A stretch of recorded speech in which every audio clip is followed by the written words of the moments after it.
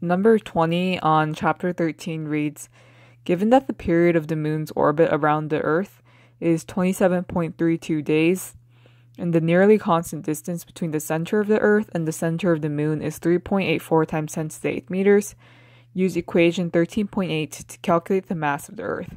Why is the value you calculate a bit too large? So based on that, I was able to draw this drawing, and this represents Earth, and this represents the moon, and r is the distance between the two centers of the Earth and the moon, and according to number 20, they said that r is equal to 3.84 times 10 to the 8th meters. And they also gave you the time or the number of days that the Earth takes to rotate around the Earth, which represents your t, and that is going to be 27.32 days.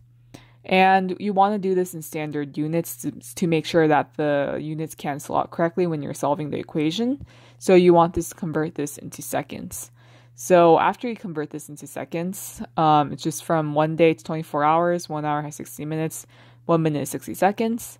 You get this large value right here, and that's going to represent the number of seconds it takes for the moon to orbit around the Earth.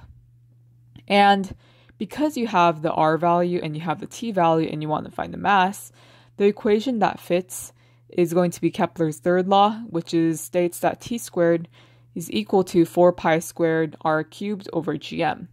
And r in this instance represents half of the radius of the circular orbit, or it can also represent the half of the major axes of the ellipse. And then since you want to solve for mass, I just cross multiplied, so it's t squared gm equals 4 pi squared r cubed, and you solve for mass and you would get this expression right here. And the radius in this instance is, they gave you that it's 3.84 times 10 to the 8 meters, so I would cube that, and then I divide this by the number of seconds that we found before, square that, and then multiply. Also divide by the gravitational constant, which is going to be 6.67 times 10 to the negative 11. And then when you calculate this and plug this into the calculator, you get 6.02 times 10 to the 24 kilograms. And if you compare this to the actual mass of the Earth, it's actually 5.98 times 10 to the 24 kilogram. So you can see that there's like a small difference between the actual mass of the Earth and the calculated mass of the Earth. And the problem asks you why this is so.